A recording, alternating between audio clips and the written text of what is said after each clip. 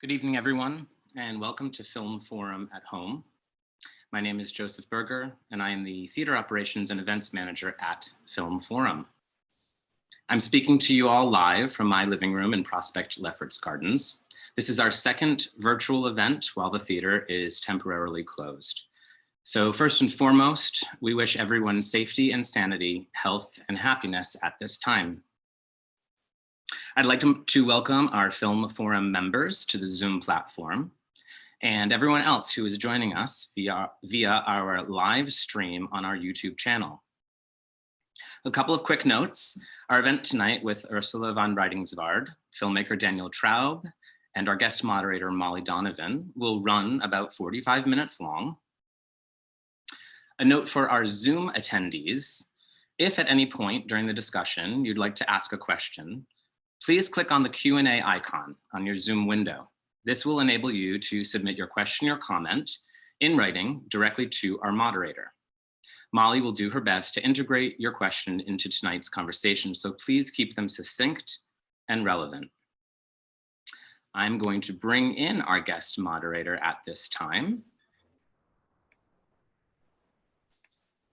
And there you are. Hello, Molly. Hello. Hi, Joe. Our guest moderator tonight is Molly Donovan. Molly is Curator of Contemporary Art at the National Gallery of Art in Washington, D.C. Her acquisitions for the National Gallery of Art have reshaped its collection to include more living artists, particularly women and people of color. Molly's past exhibitions include the artists Linda Benglis, Rachel White-Reed, Barbara Kruger, Andy Warhol, and Christo and Jean Claude. Her book, The Andy Goldsworthy Project from 2010, documents the British artist's site-specific installation Roof for the National Gallery's East Building, the first commissioned work for the building in 25 years. Welcome, Molly. Thank you for being here today. Thank you so much for having me, Joe. Before we get started, I wanted to take a moment to remember another artist, a friend of Ursula's, in fact, and fellow member of the American Academy of Arts and Letters, and that is Christo, whom you mentioned. He sadly passed away today, and from his studio team's Instagram post, I just wanted to read a quote that they included that is very resonant for today's discussion in regard to Ursula's work. And that comes from a 1958 letter that he wrote right after he escaped from Bulgaria. And he wrote in that letter, "Beauty, science, and art will always triumph." So let's remember that quote when we think of Christo today. Thanks. Thank you for that, Molly. I'm going to bring in our guest filmmaker today. Our guest filmmaker is Daniel Traub. Hi, Daniel. Hello. Hi. Daniel is a Philadelphia-based photographer and filmmaker. Much of his work has focused on border regions and marginalized communities. These include several cities in China, where he lived from 1998 to 2007, and impoverished neighborhoods in North Philadelphia. As a filmmaker, Daniel has directed documentaries, including the feature-length Barefoot Artist about Lily Ye and her collaborative artworks in war-torn communities, and Zhubing Phoenix, which highlights the condition of Chinese migrant laborers.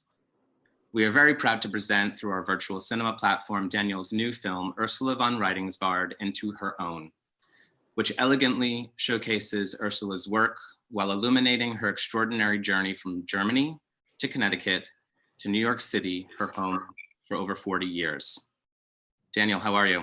Very good, thank you. And let's bring in our very special guest for this evening.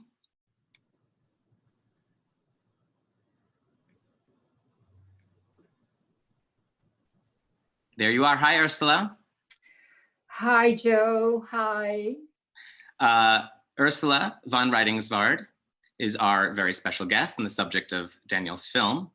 Ursula is one of the world's most acclaimed artists and one of few women creating monumental sculpture. Her work can be found in the permanent collections of many major museums, including the Museum of Modern Art, the Metropolitan Museum of Art, and the National Gallery in Washington, D.C. New Yorkers may recognize her permanent sculptures in front of Barclays Center in Brooklyn, inside the Queens Family Courthouse, or up at Storm King Art Center in Mountainville. I'm going to leave all of you guys for about 45 minutes, and I'll let Molly take it away. But Ursula, I understand that you do have something you prepared that you'd like to read for all of us. Thank you. Thank you so much.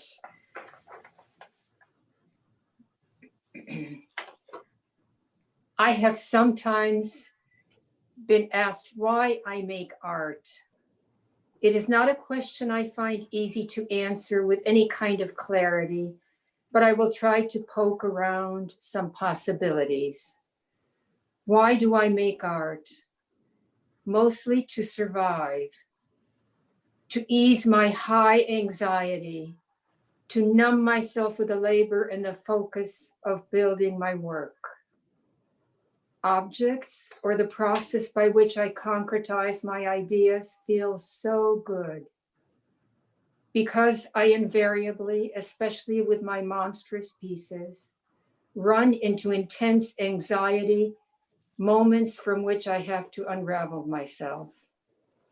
Because there's a pleasure in it, because there's pain in it, because I endure a hefty load of self-doubt, because I have confidence in the possibility of seeing this work through, because I see life as being full of abominations, because life is full of marvels close to miracles, because I still don't get who I am, because I will never get who I am, because my deepest admiration goes to those who have made art that has interested me, because I want attention from those who make good art, because I need to use both my body and my mind. The labor of my body is what keeps me awake and alive, what numbs me and offers a kind of veneer between me and the things in life which are painful to face. Because the visuals, that which I perceive through my eyes, are an extraordinarily important part of my life. Because I don't want to be doing anything else with my life. That the building of my artwork feels like the most consequential thing I could be doing with my time.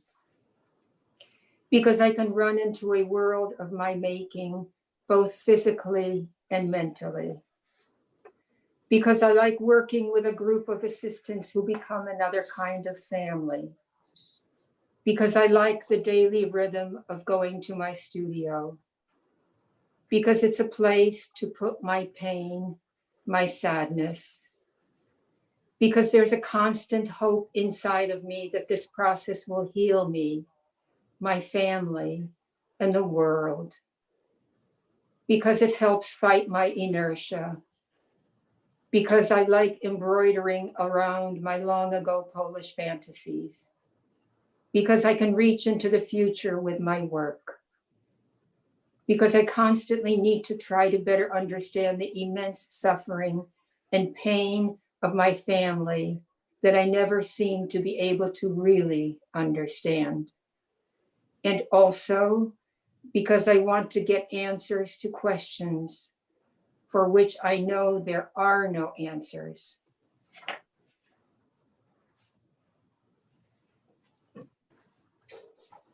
Wow.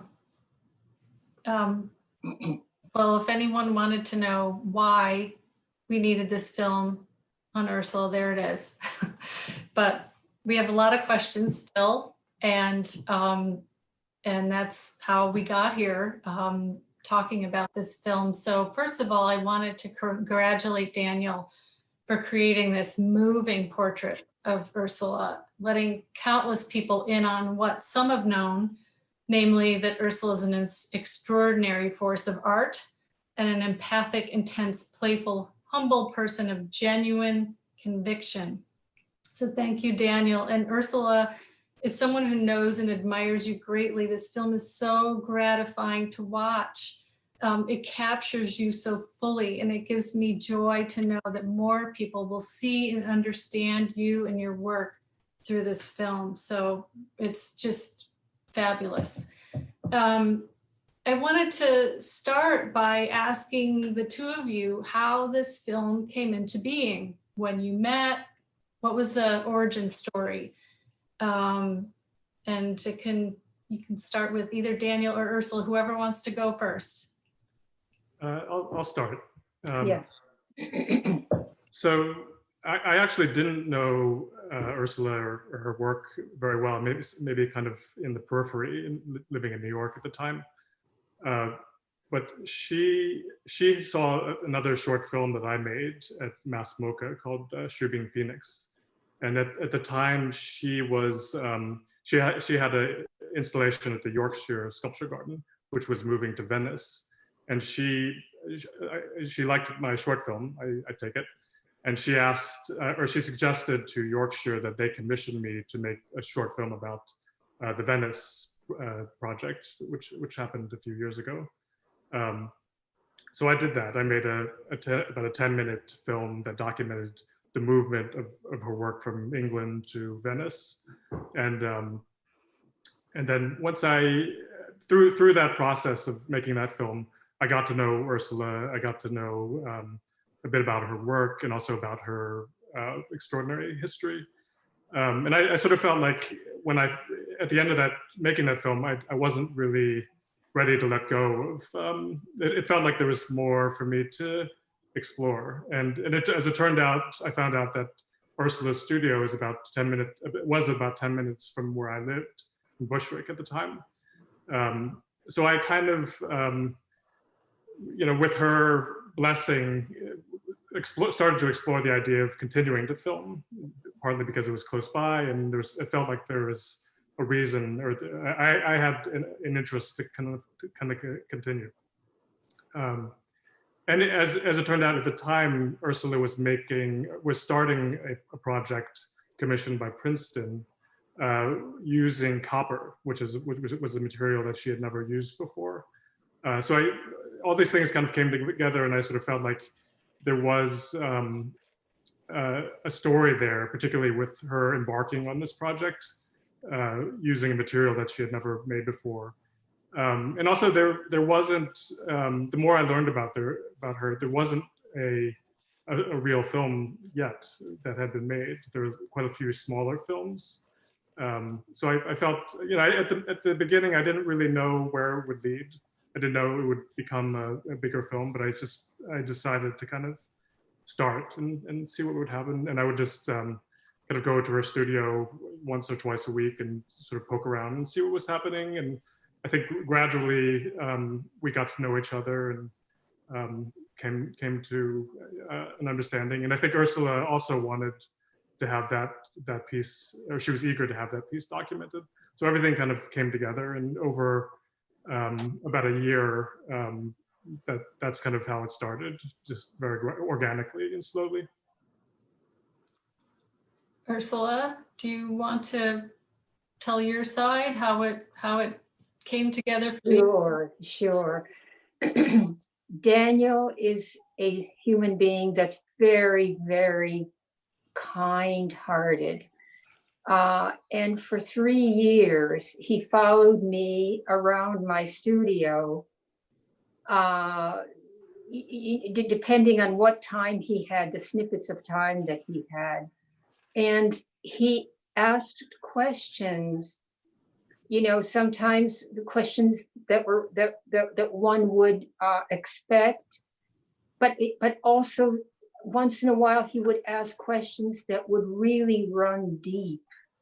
So all of the answers that I give in the film, or many of the answers I give to the film, was I can give to his credit, to his mind, and which is very gentle, and like there was no fear in what you couldn't or could reveal. So I thank him for that enormously, and that it was not a project, we wanted it, and we wanted it badly, but we weren't really prepared for it. So we just went on because it seemed like the right thing to do. So for 3 years, that's what we did. And then 2 years passed by because we had financial problems. And once the philanthropic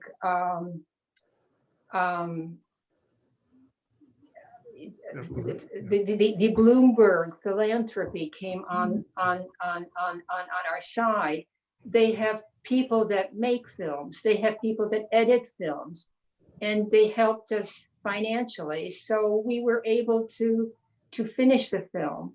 I don't even know that, we would have left it, I don't know where, on some shelf.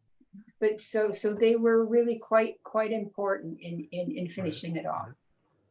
It's clear that you're both kindred spirits, because you both continue then to go deeper.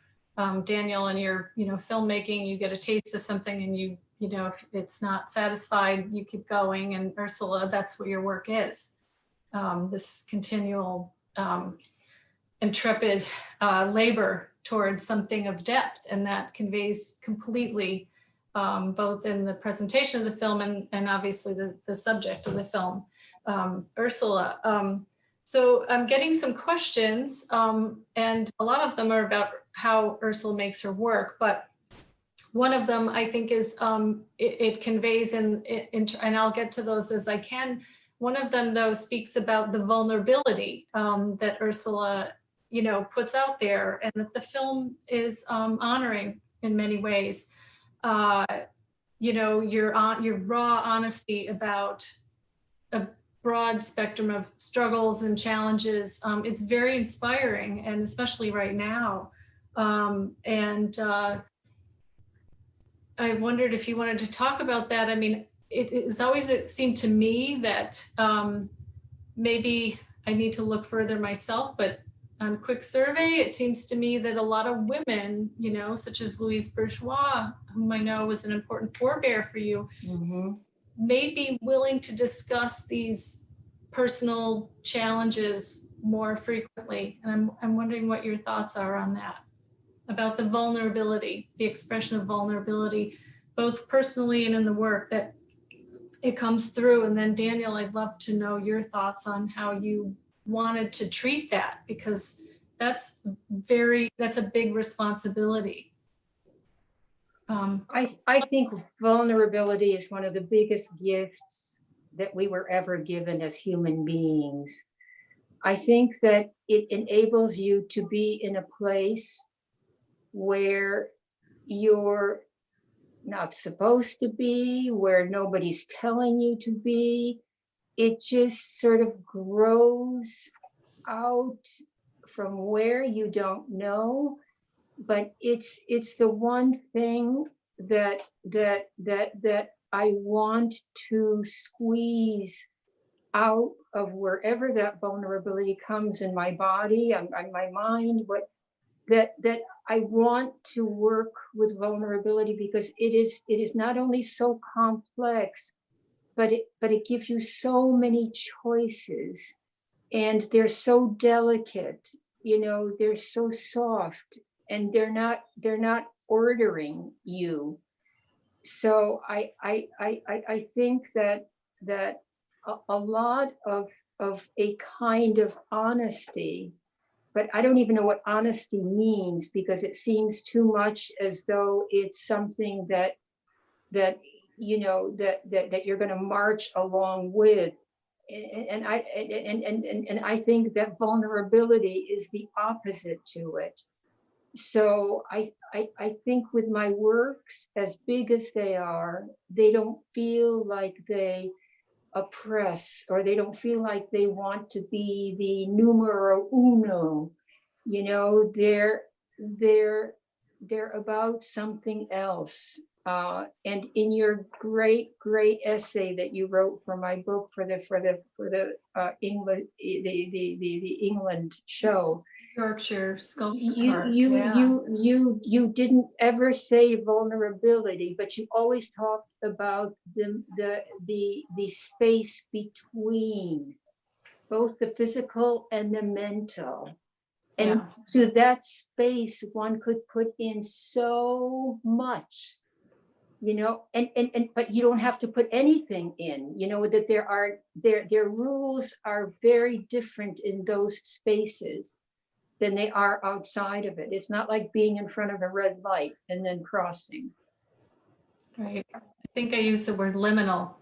Yes, This kind of threshold space. yes.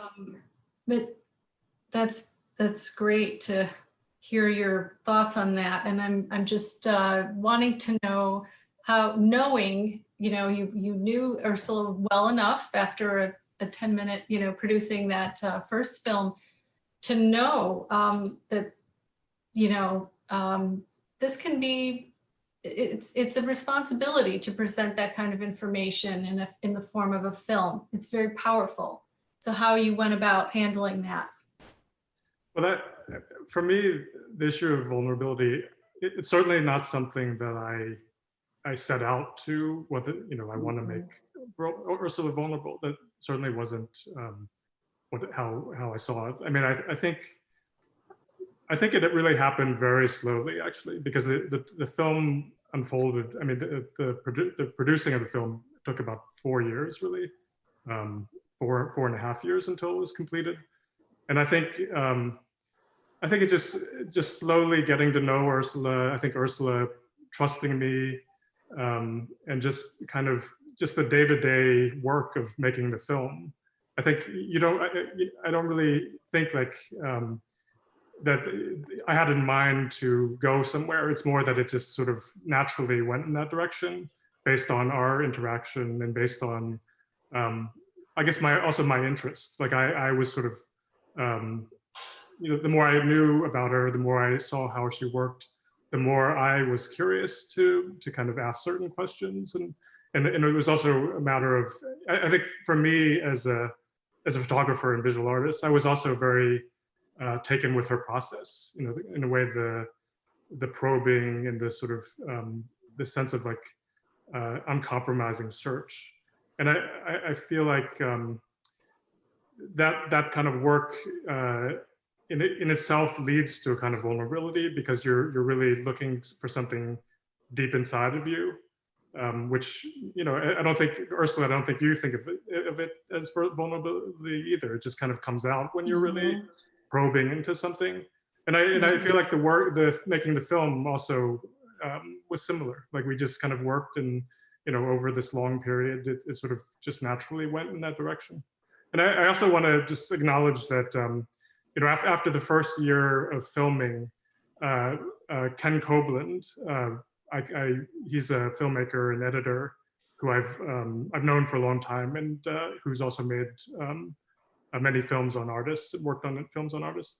And after a year of filming with Ursula, I kind of went to Ken, and we started to talk about it, and we kind of collaborated and developed the film. So the film really wouldn't be what it is without his input, and he was the editor for most of the time.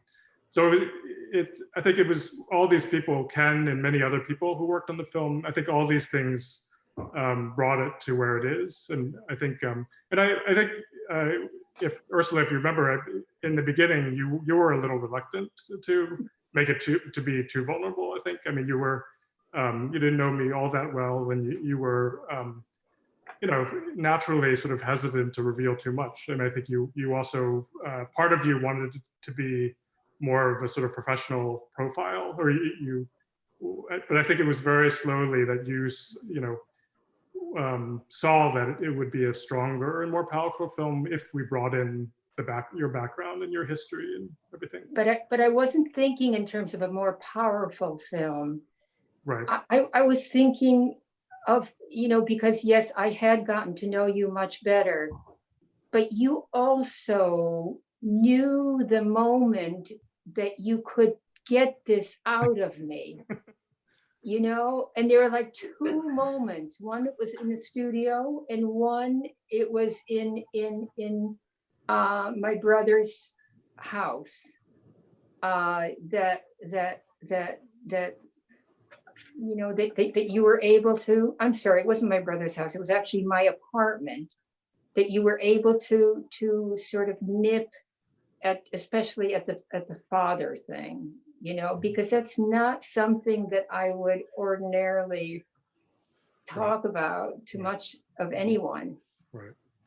Yeah, I mean, one thing that I didn't want to make the connection, I didn't want to say that your work comes out of your background. And I wanted to kind of make it clear that it's not a one-to-one relationship, but somehow, I felt like we had to go there in order to kind of ground the film. Well, that's one of the striking things to me about the film, is that it is this kind of, it's a weaving of layers of information, one on top of another. It's kind of like Ursula's work. I don't know if anyone said that yet, but that there's these striations, these strata, and things are not sequential. It's kind of coming and going. And I'm thinking this, for example, when Sarah Z is talking about how she tells her students that if art doesn't provide some kind of life support system, that you won't continue making it, and she recognizes that in Ursula, that it is a life supporting system for Ursula. And then, maybe 10 minutes later, there's Ursula saying, I needed to do my work to live. It's not consecutive, so it's kind of balanced in a wonderful way. I thought it was, I'm not a filmmaker, but I thought the way you layered the story with, personal information, but, outside voices, the material methodology of making the work, how the work comes together. All of that is really, it's because the work is rich. So the story is rich. I'm just, I don't know if Ursula, if you felt like that, like the film, I'll go first to Ursula, then I'll come back to you, Dan. That the film itself is a reflection of work. Absolutely. Yeah, but I'm always hoping that it's more than work, that it's, this need to dig in to something that you can't describe or even put into words, but this strong need, to be led by it. The work of the work, in a way, what Mi-Wan Kwan says, like the work of the work. It's more than just the labor. Yes. Yeah. And to tell you the truth, I love the labor itself too. That there is a way that you can kind of, dress yourself in that labor that makes you feel more safe, that makes you feel like you're doing something, that makes you feel like you might, you might discover something doing that.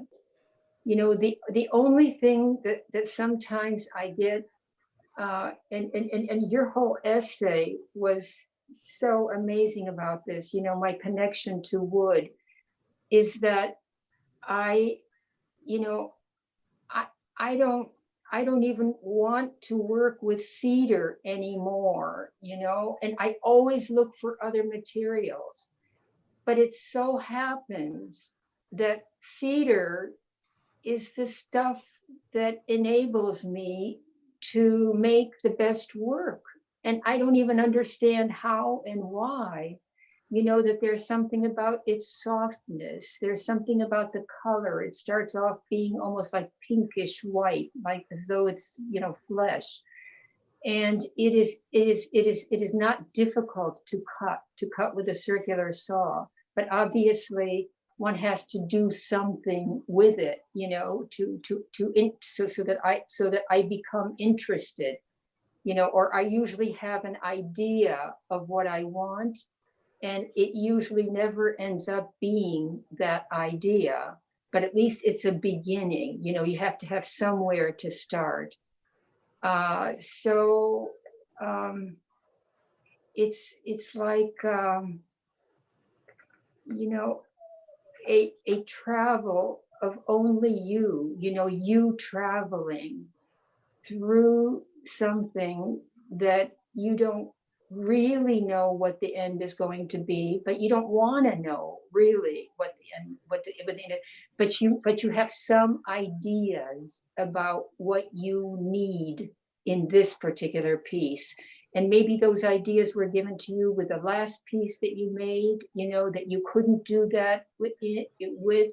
So it's really, you know, I keep saying to myself that it's such a privilege, you know, for me to have that kind of freedom in my studio, you know, that I really can say what I think I need to say. It's such a privilege. Daniel, I'm wondering your thoughts, and I think it really does, like the more I'm talking here, it seems like you guys are so symbiotic in your process, because you said something similar about the making of the film. But going back to this idea that, you know, I'm wondering what your thoughts are on the structure, you know, the weaving of layers of information, the editing, where information comes in, where it doesn't, how you organized it, to make it so that, you know, it wasn't so segmented or siloed where, you know, it's all about the cedar and then it's all about Ursula's biography and Right. It's all of a piece, so that it could be something more meaningful than just those segments. I mean, I think now that I think about it, there is a lot of similarity to, well, at least the making of this film, there was a lot of similarity to Ursula's process, in the sense that, I mean, for Ursula, you never sketch out, you know, a sculpture or make drawings of it. It's really, I mean, observing it's kind of it's unfolding live. You know, you're cutting a board, you're drawing on it, cutting it immediately. The assistants are kind of putting it together. So it's just like this very immediate, intuitive process. For the film, I also didn't, you know, have like an overall outline or sense of a direction of where it was going, other than I think I had a feeling of where, I had a sense of what was moving me about her process, or what kind of a curiosity of, or a sense of what I wanted to know about Ursula. So I think I was following that, you know, following my own intuition. And in terms of the making of the film, it probably went through, I don't know, 20, 30 different versions. So like all the weaving was really just hard, like just labor, you know, Ken Koblin editing many, many versions and us going back and forth over years. So it was really like this, you know, trial and error, just seeing what would work, what kind of moved us, what felt true to the subject. And that's, you know, I've made some films like that, but I've also made films that are more planned out. But I guess it's definitely harder this way, I would say, because you make a lot of mistakes, and it's so labor intensive. So I think you're right in the sense that there is some kind of parallel with Ursula's structurally. Yeah. I just want to get to some of the questions that our audience has here. Ursula, what was, and this is about material, what was the main difference between the wood and the copper in terms of cutting and manipulation? A huge difference. But what actually happened, and you know, I'm not even sure that I thought of this in the beginning. This is a building for Todd Williams and Billy Tiem that they were building for Princeton. And I'm such an admirer of what they do and how they do it, and you know what countries they go to get their bricks. I mean, they're visually so sensitive, especially when it comes to light. And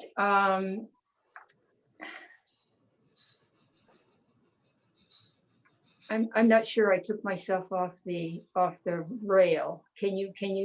No, I've seen that work. It's shockingly beautiful. It's stunning. Huge difference between the two. I mean, I never pounded copper. This was hand pounded copper, and the copper that you get initially is pink. You know, it's like the soft skin of a woman. You know, it's pink and beautiful, and it changes in time. It has its own rhythm and own visuals, you know, that it goes through in its lifetime. So it's completely different. But what happens is that I made all of these patterns. I think it was like 7,000 something patterns. Wow. Of each 4x4 that was a part of the structure that I used. So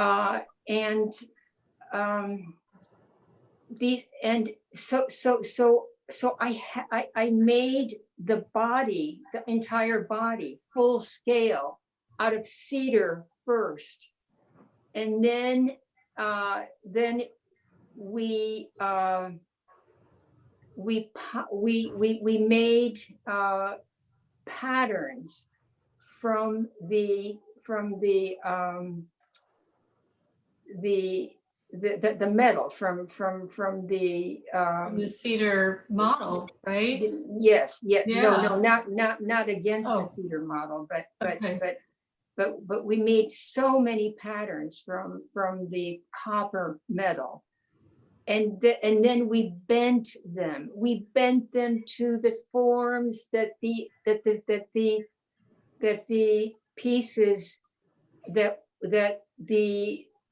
were made of cedar, you know. So we made exactly this. It was so time consuming. Oh yeah. My God, it was like 3 years. And I vowed that I would never do another, and I kept to my vow. But when so far when they were sitting around the table at Princeton and talking about, yeah, you know, that they were sort of interested in having me do a piece, and what would I like to make it of? I said, hand pounded copper, not knowing, you know, what consequences, how perverse that was, would come of it, you know. But I'm glad I did it. But it's true, I will never do another. And Daniel, you were there for the whole thing. You were able to track it through the whole, you know, making and installation. I mean, that must have been great. I have seen it. It is staggeringly beautiful, and this warmth, the warmth of the copper and the glow, it all conveys. You know, it's all there. Yeah. So I have a question. You know, Ursula has received many accolades, you know, a lot of awards. She's, you know, member of prestigious academies. You know, in 2014, she received the Lifetime Achievement Award from the International Sculpture Center. She's had these incredibly successful run of shows, most recently this touring show from the Fabric Workshop Museum and the National Museum of Women in the Arts. 2018 and 19, but this isn't the subject of the film, these accolades, these honorifics. I'm curious how that the work is timeless, and this is somehow not tied to time either. The film feels above that, outside of time. It's not referenced so specifically in terms of all these benchmark achievements, but also it seems to be in keeping with Ursula's inherent humility and the humility of the work. And I'm just wondering if there was a decision in there, somewhere along the line, whether what information to include, because when you're telling a story about somebody, how do you decide what to include and what not to include? Especially someone so celebrated. Are you asking me? Because I wouldn't want that displayed. I mean, I never want to be, like, oh, look at me, it's not. I knew that was the answer, Yeah, but I had to ask it. Yeah. I knew that was the answer. Daniel, I'm wondering what your thoughts are. Right. I mean, I think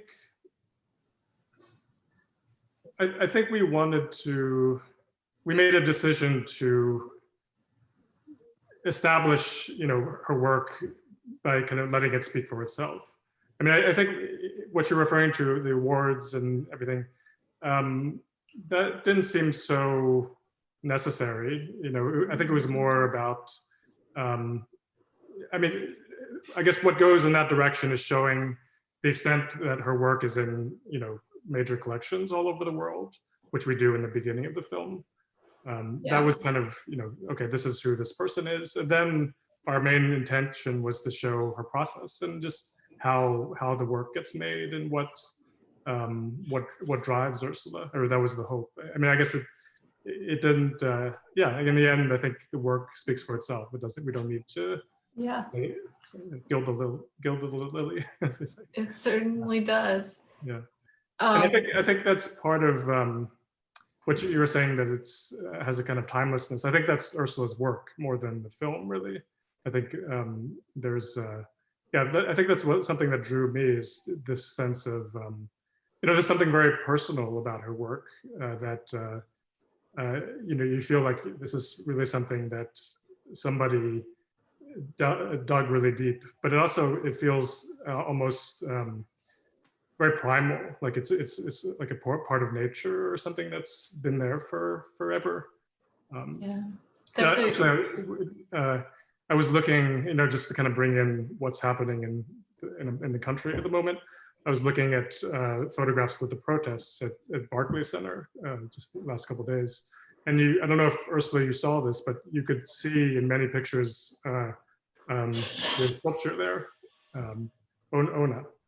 And it was quite extraordinary to see, because it has this kind of chaos and intensity around it, but the sculpture is just this kind of solid, reassuring presence that's kind of overlooking the whole scene. It's almost like this, it's almost like this old tree that's they've been there forever, and I thought it was something quite moving about it.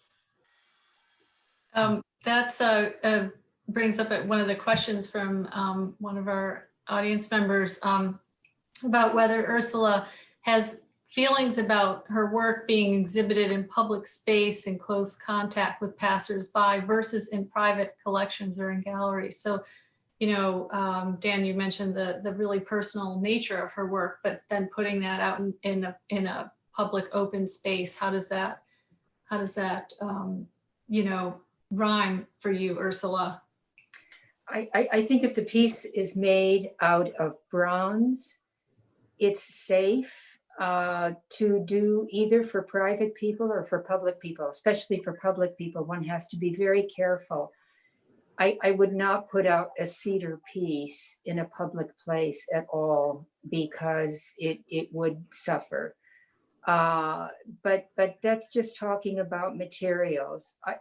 What I would love is, it seems that more and more the private people can afford, you know, to have this piece, you know, that should be in the public. You know what I mean?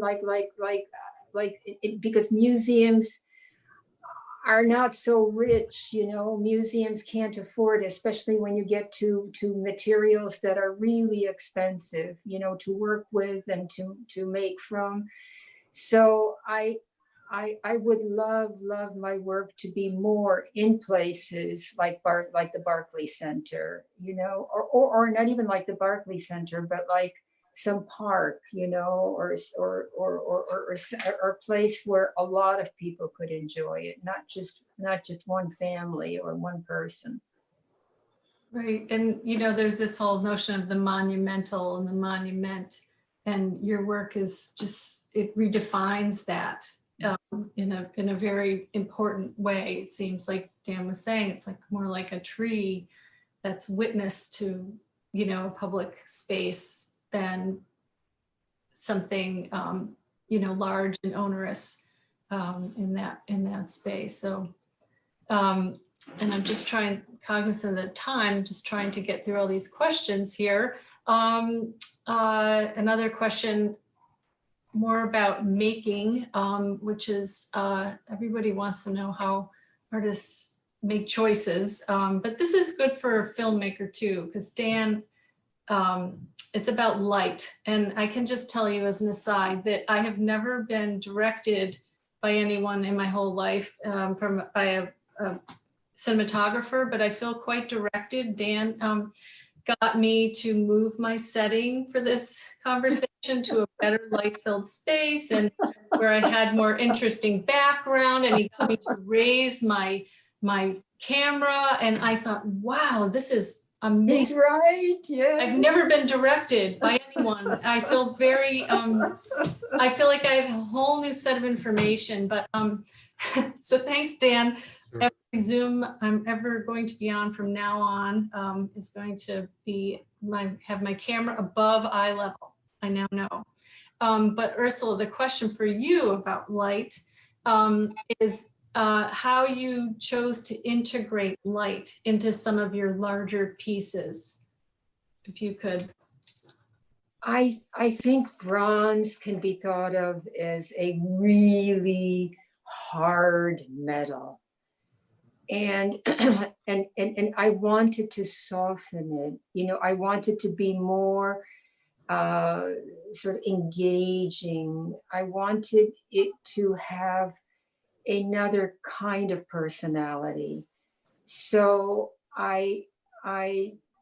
it took me a while to figure this out, but I make perforations in the wax. Okay, so I first make a full-scale model in cedar again. And then on that cedar, I place these little, like thousands and thousands of little plastic things with glue on them that will stay on the surface of the cedar piece that's made. And that surface, that really shiny surface, plastic surface, will come out different on the skin of the cast. They cast this stuff. Well, this is really a process that's a technical. That's like, yes. Yeah. But anyway, it ends up with having perforations at the top, but these perforations are so wonderful in the way that they make communities that are, you know, close to one another, that kind of grow, that kind of become different as they go. And there are hundreds and hundreds and hundreds and sometimes thousands of them at the top of the piece. And I put in bulbs inside of these of the bronze, and I put many bulbs that can have almost any color that I choose. But when I choose a color, I want it left. You know, I don't want it to be glitzy. I don't want it to be commercial-like. So these things, you know, you can, through these openings, you can see the sky, you can see the sun, you can see the rain, the snow, but at night too, because there are on the side of the inside of the piece that does not have perforations, that light goes through those perforations, and it's more intense at the bottom portion, and it goes through, and it just looks glorious. And the first one I made for the show that I had in England, and it almost looks, you know, like the beautifully done windows that they do for the cathedrals, but you know, the colors are not as complex. It's a single color that's more intense when it first comes out, and then it spreads itself out. So yes. Oh, here's a really good question. I actually had the same question. What happens to the full-scale cedar models Ursula makes for the metal and resin pieces? Are they destroyed afterwards, or do they live on as separate sculptures? I had that same question. The guys at the foundry, I have spoken to them many times, that I have asked them to use materials to put on top of it, because they do have to, that is what is cast. You know, they do have to put some heavy duty material around that. Usually it's sand, but a lot of it is sand cast, and a lot of it is done in another more complicated way. But some of them I can save. Some of them do not look like they've, you know, had a hard time. So you know, so just with a little bit of touching up and scrubbing, it works with some of them, but some of them it just doesn't. There's an afterlife. Yeah. Well, we have a couple minutes, and I want to open it up to Dan and to Ursula, because I've been asking questions, but maybe they have questions they want to ask one another or me. I want to make sure that everybody has their opportunity here.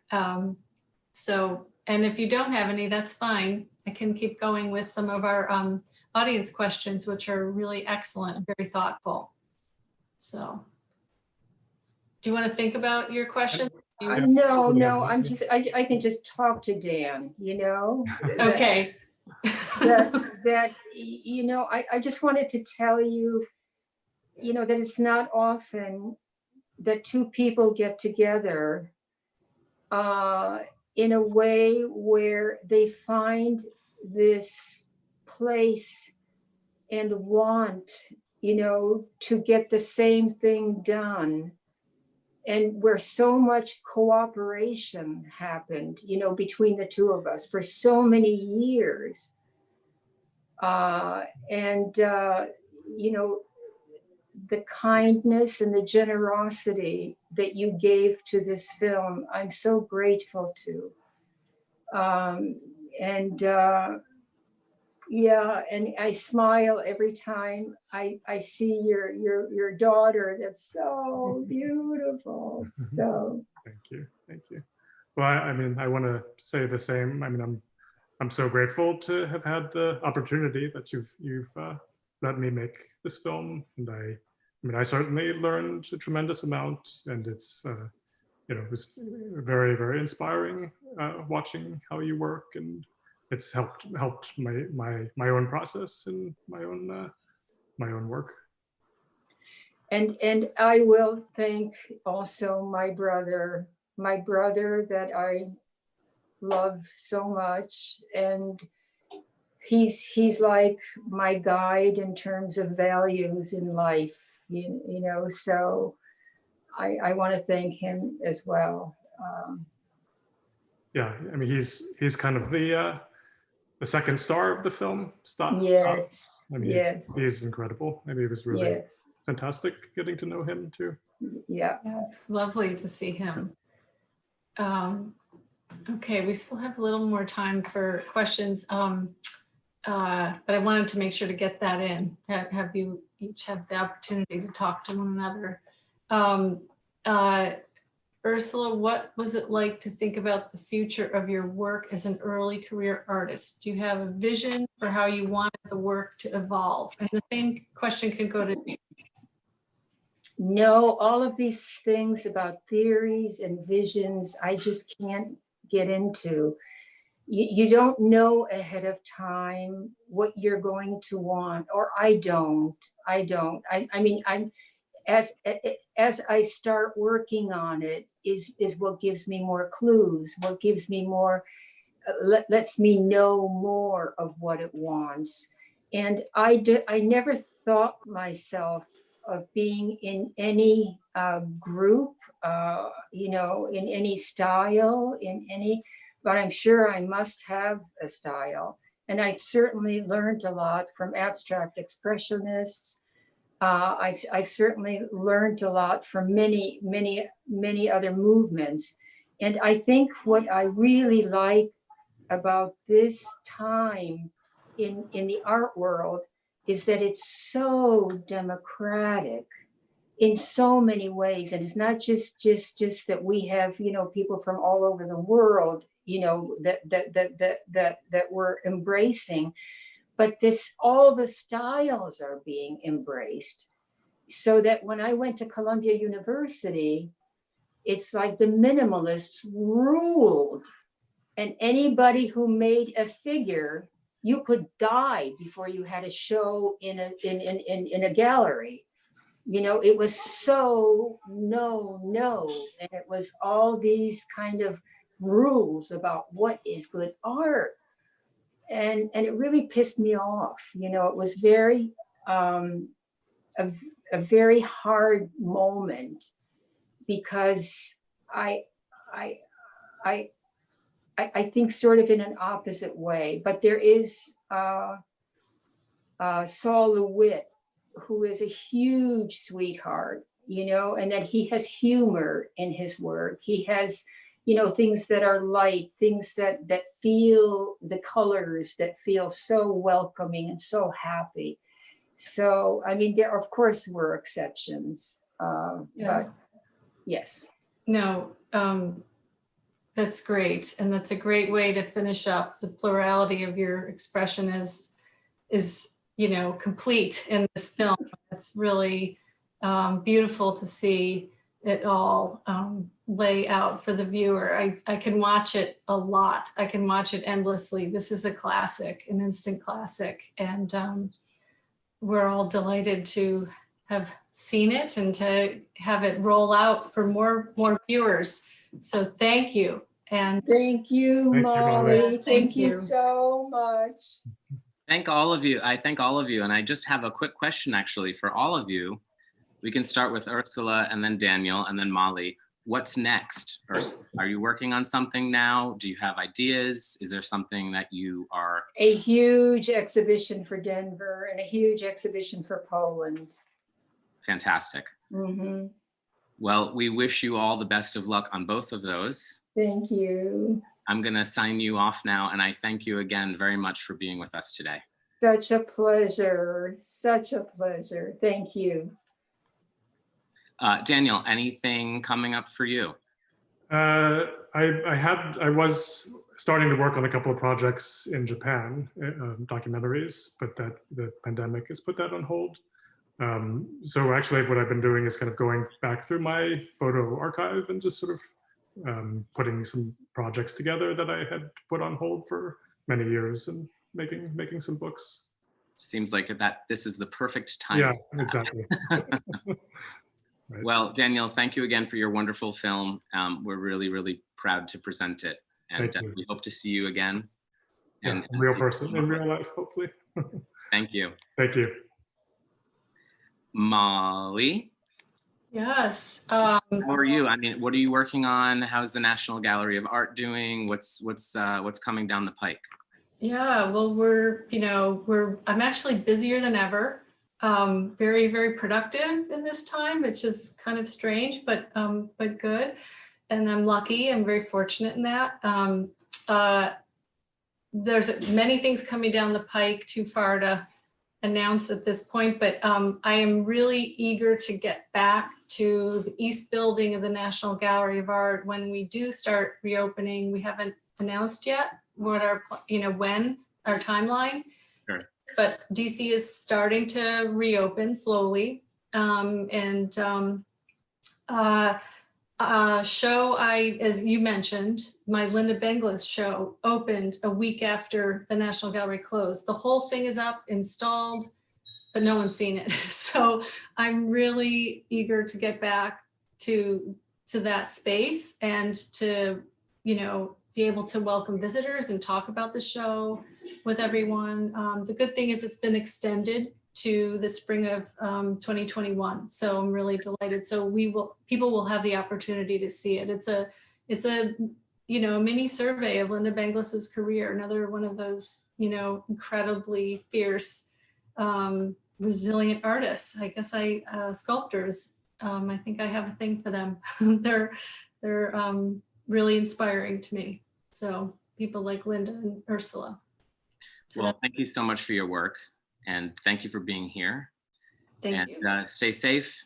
Okay, take care. I hope to see you in real life, in person. Me too. Okay, bye-bye now. Thank you. Bye. I'd like to also thank, of course, all of our viewers this evening. I encourage you all to go to our website, filmforum.org, to rent Daniel's film, Ursula von Rydingsvard, into her own. I'd also like to thank Ursula's team, Maggie Christensen, Grace Hong, Courtney Childress, and Serena Lewis. You've all been a delight and really amazing to work with. I'd like to thank Icarus Films, especially Livia Bloom Ingram. And of course, everyone on the Film Forum staff who helped put this event together, especially our director, Karen Cooper.